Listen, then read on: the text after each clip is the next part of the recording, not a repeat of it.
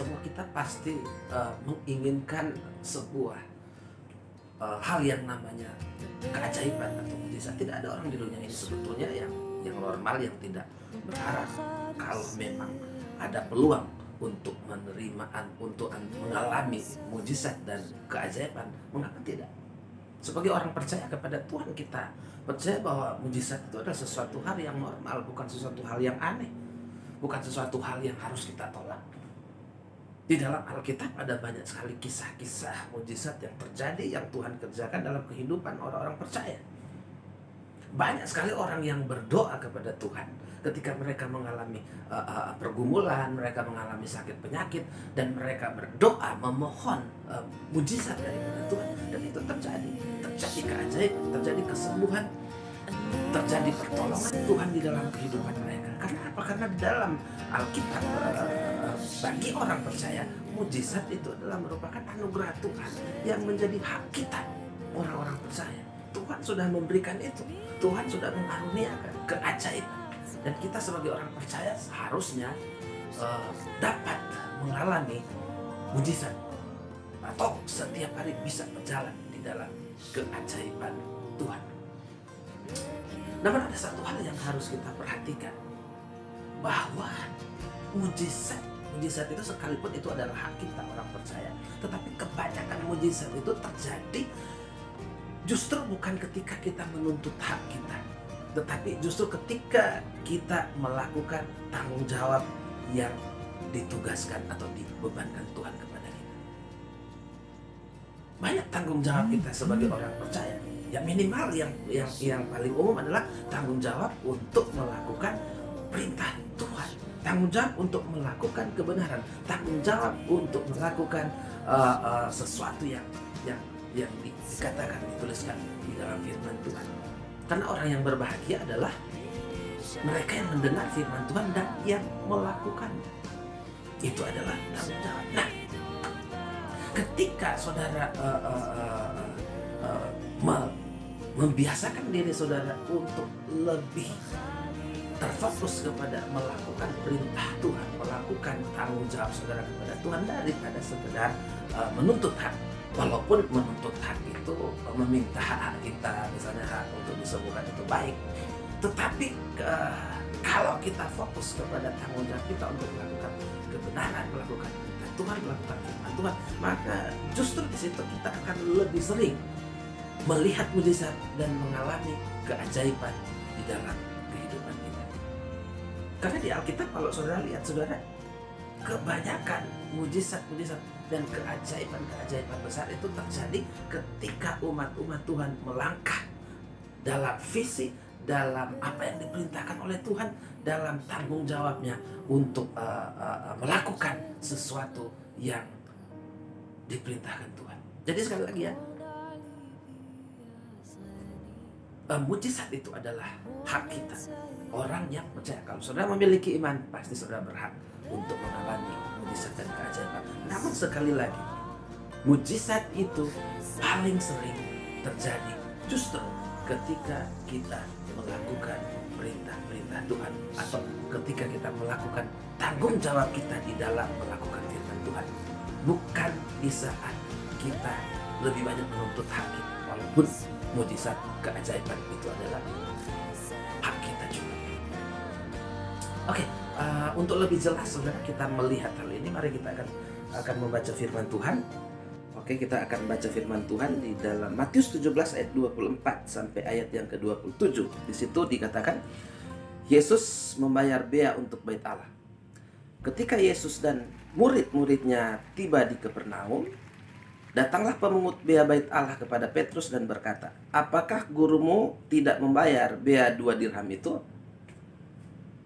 Jawabnya, "Memang membayar." Dan ketika Petrus masuk rumah, Yesus mendahulunya dengan pertanyaan, "Apakah pendapatmu Simon?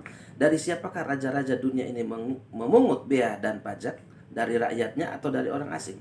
Jawab Petrus, "Dari orang asing." Maka kata Yesus kepadanya, "Jadi bebaslah rakyatnya. Tetapi supaya jangan kita menjadi batu sandungan bagi mereka, pergilah memancing ke danau, dan ikan pertama yang kau pancing, tangkaplah.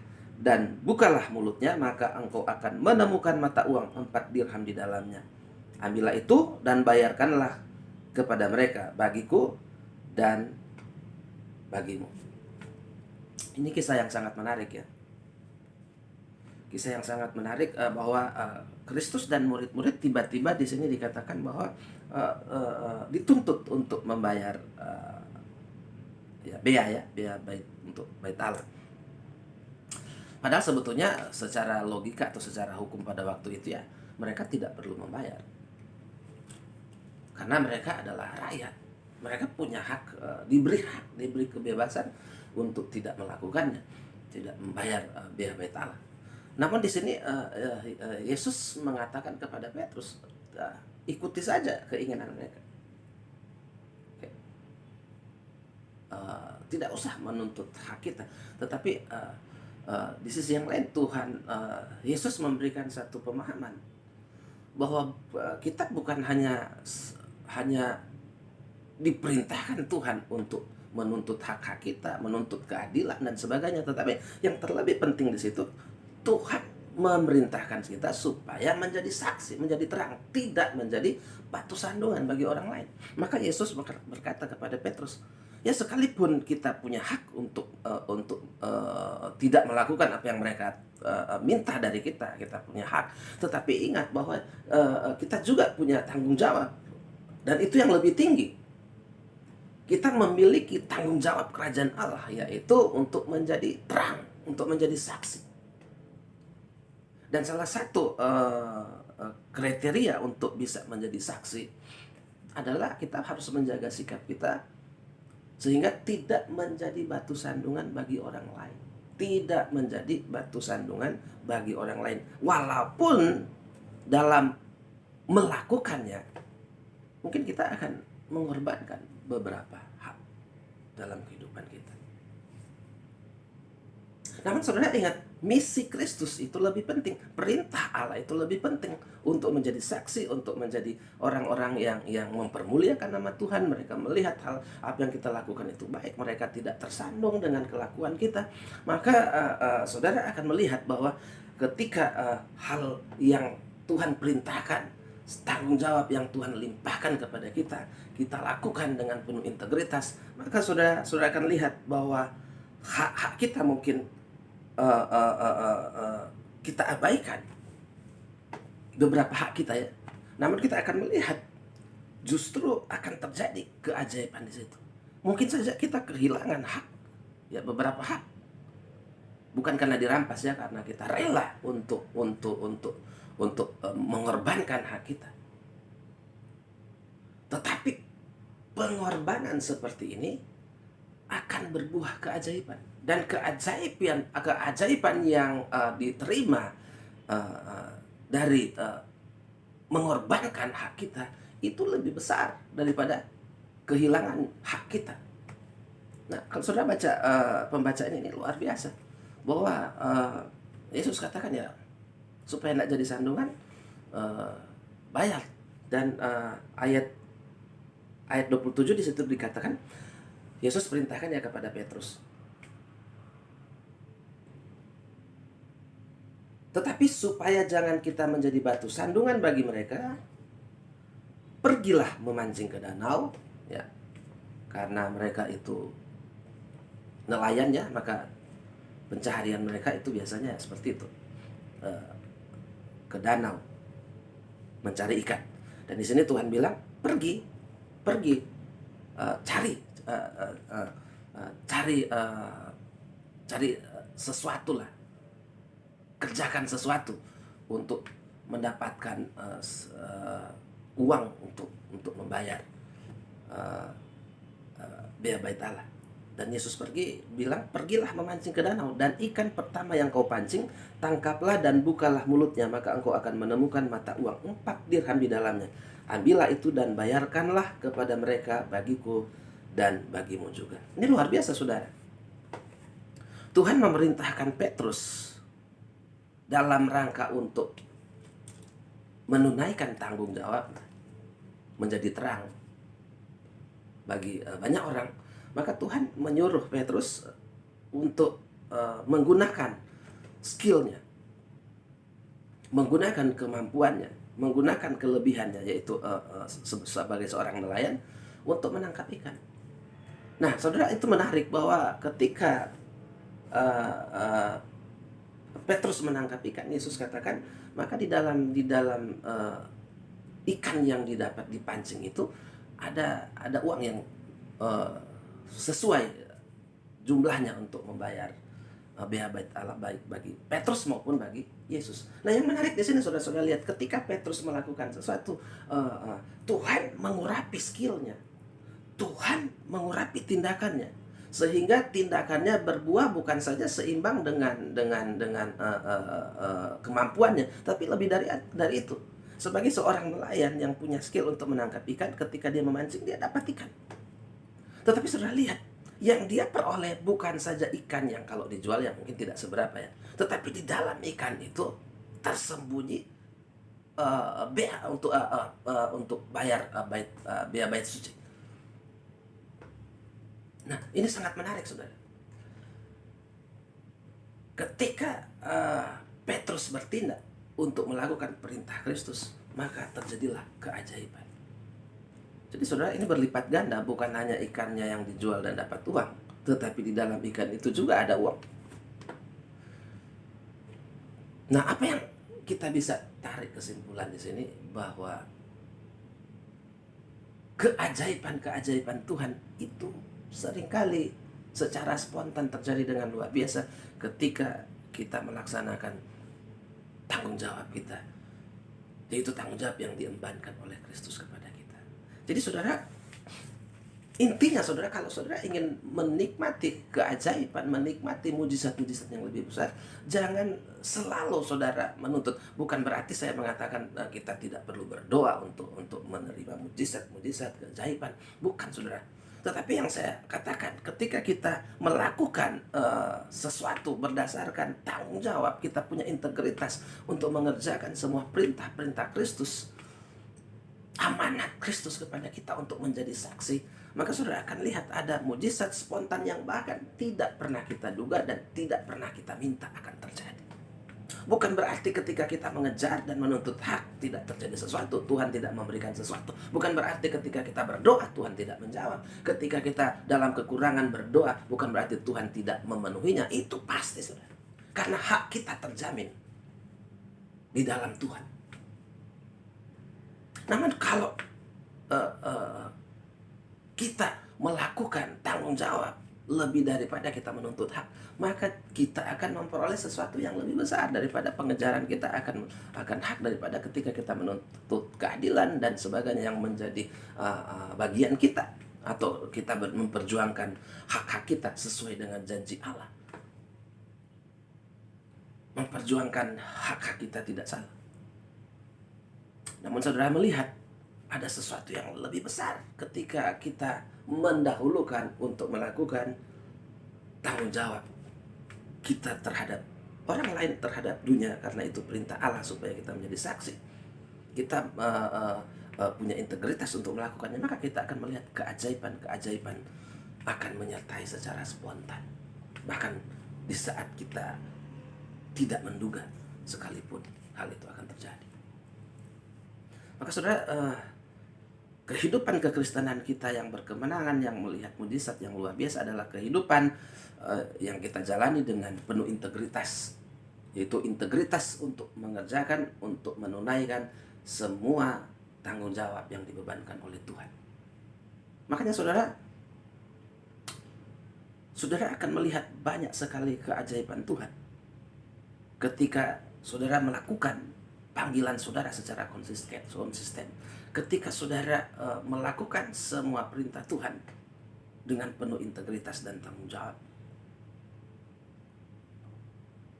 Makanya ketika kita melangkah dalam kapasitas menunaikan tugas dan tanggung jawab, maka peluang untuk mujizat-mujizat dan keajaiban-keajaiban besar itu akan terjadi. Dan kita akan memperoleh hasil berlipat kali ganda. Makanya saudara, orang-orang yang meresponi panggilan Tuhan dalam hidupnya, untuk melakukan kebenaran, untuk melakukan kebaikan, untuk melakukan keadilan, bukan sekedar menuntut keadilan dan sebagainya, maka orang-orang itu kita akan lihat akan disertai oleh Tuhan, dan kuasa Tuhan secara spontan akan mengerjakan banyak hal ketika mereka melakukan hal-hal itu. Makanya saudara belajarlah untuk lebih banyak berbuat baik, melakukan keadilan, bertanggung jawab atas tugas-tugas yang dibebankan kepadamu. Entah saudara pelajar, ya bertanggung jawablah engkau untuk belajar sebaik-baiknya. Engkau bekerja, bertanggung jawab untuk bekerja sebaik-baiknya dimanapun saudara Tuhan tempatkan. Saudara sebagai kepala rumah tangga, bertanggung jawablah sebagai imam dalam keluarga. Kasihilah istrimu, pelihara anak-anak. Demikian juga anak-anak ketika melakukan tanggung jawab untuk menghormati orang tua, atau istri itu melakukan tanggung jawab untuk menghormati suami dan mengurus keluarganya dengan baik, maka sesungguhnya keajaiban-keajaiban akan dilimpahkan Tuhan. Ya. Bukan saja Tuhan memenuhi kebutuhan kita, bukan saja Tuhan memberikan hak kita, tetapi Tuhan akan memberikan yang lebih besar lagi, yaitu keajaiban dan mujizat. Makanya saudara, mujizat-mujizat itu sebetulnya tidak hanya diberikan kepada orang-orang tertentu. Ya memang itu ada orang yang punya karunia-karunia untuk mengerjakan tanda-tanda heran, mujizat dan keajaiban. Tetapi sebetulnya keajaiban-keajaiban Tuhan itu sebetulnya adalah bagian dari orang-orang kudus, orang-orang percaya yang ingin melakukan semua perintah Tuhan, yang ingin melakukan kehendak Tuhan. Banyak orang berpikir, waduh, kalau saya melakukan kehendak Tuhan saya akan berkorban. Ya memang harus berkorban, saudara. Tetapi justru di situ ketika kita melakukan pengorbanan untuk menjadi saksi Kristus, baik melalui perkataan, perbuatan dan tindakan kita, ya bukan cuman memberitakan firman-Nya dalam kehidupan sehari-hari. Tindakan kita perbaiki, karakter kita izinkan untuk dibentuk oleh Tuhan, supaya kita bisa menampilkan kebenaran itu melalui seluruh aspek hidup kita. Maka saudara akan melihat keajaiban akan menyertai saudara. Alangkah indahnya saudara kalau setiap orang Kristen itu berusaha untuk memiliki kemampuan, untuk memiliki integritas dalam menunaikan tugasnya, lebih daripada menuntut haknya. Walaupun hak itu memang wajar, Tuhan menjamin semuanya. Sebab ada banyak sekali janji Tuhan di dalam Alkitab yang merupakan penggenapan, pemenuhan akan hak-hak kita di hadapan Tuhan. Tetapi sekali lagi saudara, belajarlah, jangan setiap hari terus kita nuntut hak dan sebagainya. Tetapi kalau kita belajar untuk melakukan apa yang Tuhan sudah sampaikan, Tuhan perintahkan kepada kita, maka lihatlah saudara-saudara, mujizat-mujizat, keajaiban itu akan terjadi secara spontan.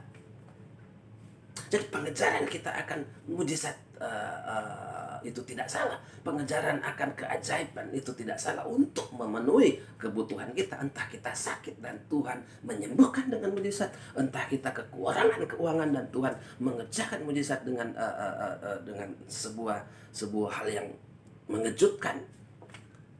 Ya, itu tidak masalah, itu adalah bagian kita. Tidak dipersalahkan juga kalau orang lagi mencari kesembuhan, hak-haknya dan sebagainya, tidak dipersalahkan. Tetapi alangkah baiknya di tengah-tengah kesulitan kita, di tengah-tengah kelemahan kita, di tengah-tengah banyak kebutuhan yang kita perlukan, alangkah baiknya kalau di tengah-tengah hal itu kita tidak pernah memberikan porsi lebih besar dari menuntut hak daripada melakukan tanggung jawab yang dibebankan Tuhan kepada kita. Ketika kita dalam setiap kekurangan, kebutuhan, banyak hal yang kita perlukan, tetapi kita menyempatkan diri untuk melakukan tanggung jawab Allah, Tuhan bebankan kepada kita, dan untuk sejenak kita melupakan semua pemikiran kita, semua perasaan, mood yang tidak baik, yang dikendalikan oleh pengejaran kita akan hak. Ketika kita mengenyampingkan semuanya itu untuk sementara, ya kan, ya, lebih bagus lagi untuk seterusnya. Tapi untuk sementara, maka sesungguhnya dalam melakukan apa yang Tuhan perintahkan, kita akan melihat banyak sekali penyertaan Tuhan yang akan mengerjakan mujizat dan keajaiban. Jadi coba kita robah paradigma kita bahwa mujizat-mujizat itu tidak terjadi doang di dalam kebaktian. Ketika kita mengikuti kebaktian kesembuhan ilahi, memang itu penting dan itu adalah perintah juga Tuhan. Namun keajaiban itu bukan hanya terjadi pada saat-saat itu. Bukan hanya pada saat kita datang kepada di KKR besar, di kebangunan rohani yang di sana hamba Tuhan yang dipakai Tuhan dalam kesembuhan itu mendoakan kita dan mujizat itu terjadi. Bukan hanya di saat itu. Jangan engkau membuat ruang gerak Allah sesempit itu. Sebab Allah itu unlimited, tidak bisa dibatasi.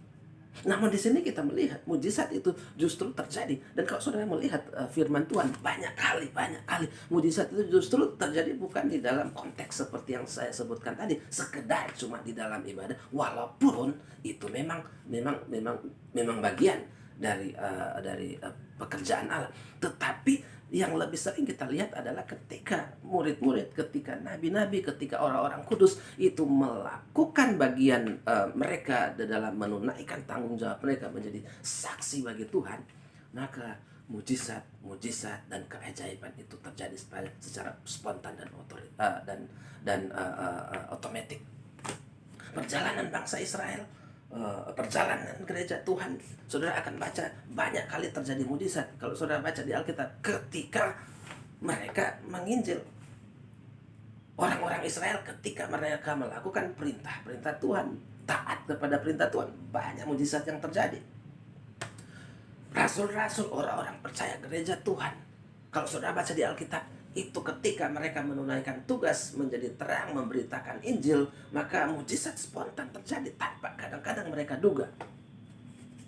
Makanya saudara, kalau saat ini saudara ingin melihat keajaiban Tuhan yang lebih besar, maka belajarlah untuk melakukan kewajiban saudara, untuk saudara belajar untuk melatih diri saudara memiliki karakter dan integritas, untuk saudara mengerjakan segala sesuatu yang Tuhan bebankan kepada kita tanpa bersungut-sungut, tetapi dengan penuh gairah. Sebab Tuhan akan menyertai dan keajaiban itu akan terjadi.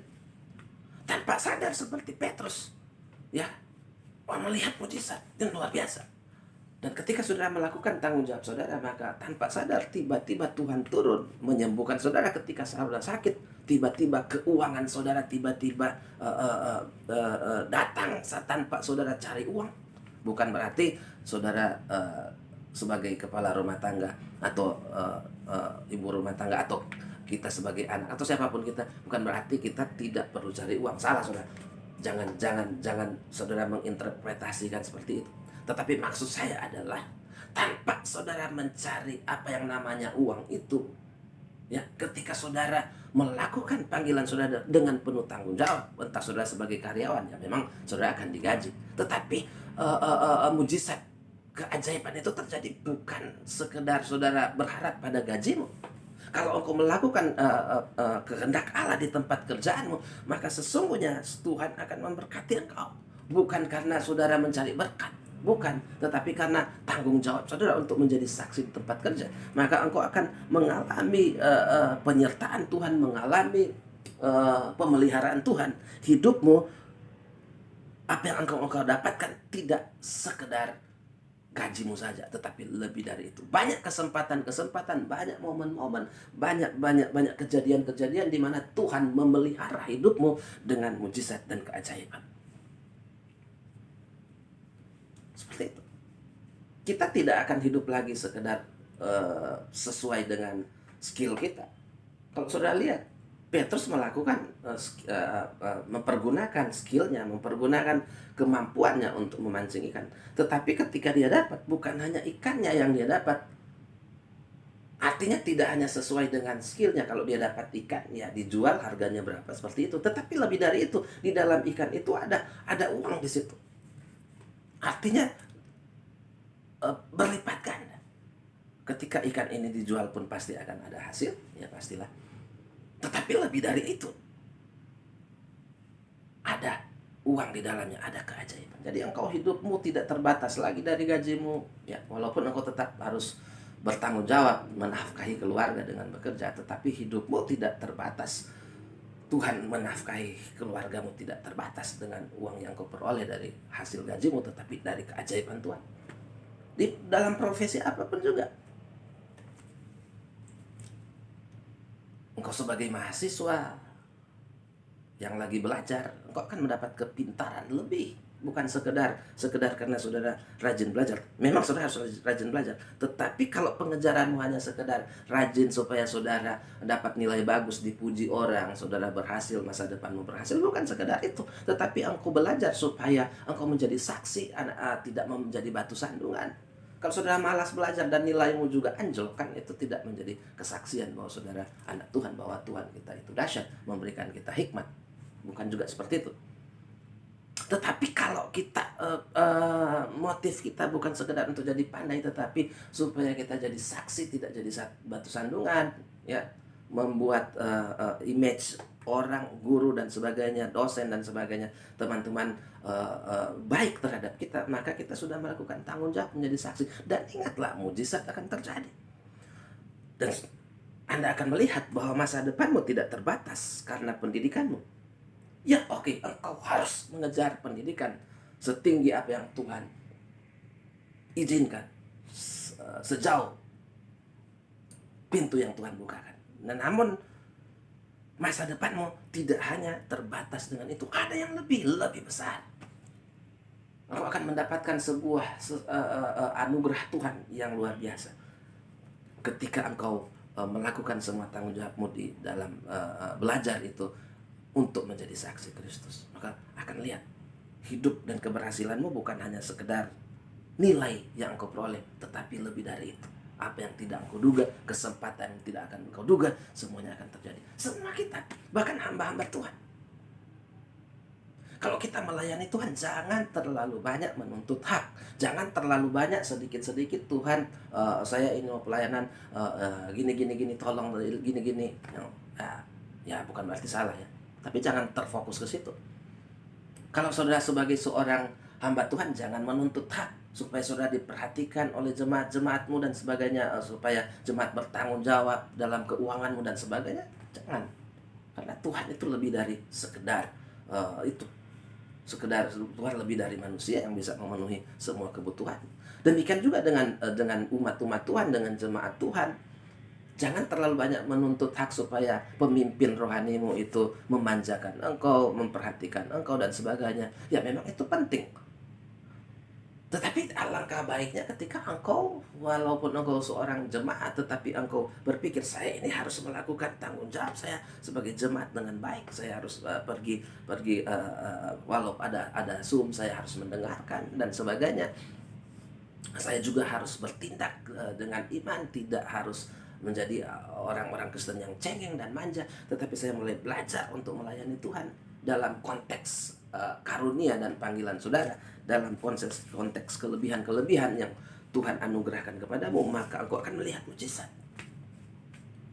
Sekarang saudara, kalau kita melihat,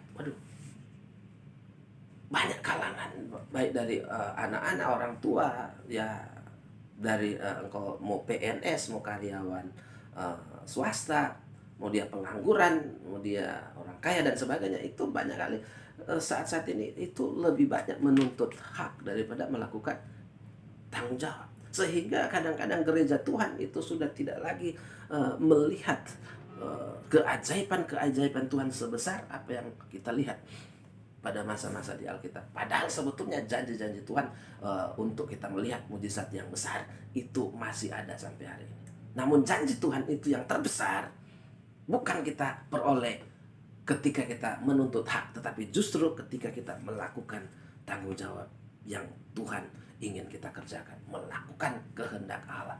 Maka saudara jangan heran Ada keajaiban-keajaiban yang setiap hari saudara akan nikmati tanpa saudara pikirkan, tanpa saudara cari. Keajaiban itu akan menjadi sebuah hal yang normal di dalam kehidupan kita, yaitu kehidupan kita yang orang-orang yang bertanggung jawab dan punya integritas dalam melakukan semua kehendak Tuhan, dalam melakukan setiap firman Tuhan, dalam menunaikan panggilan kita sebaik-baik mungkin. Jadi saudara, mari kita belajar untuk mengelola diri kita, belajar melatih diri kita untuk memiliki integritas di dalam melakukan tanggung jawab kita. Maka di situ mukjizat dan keajaiban akan menyertai hidupmu. Puji Tuhan, Tuhan memberkati.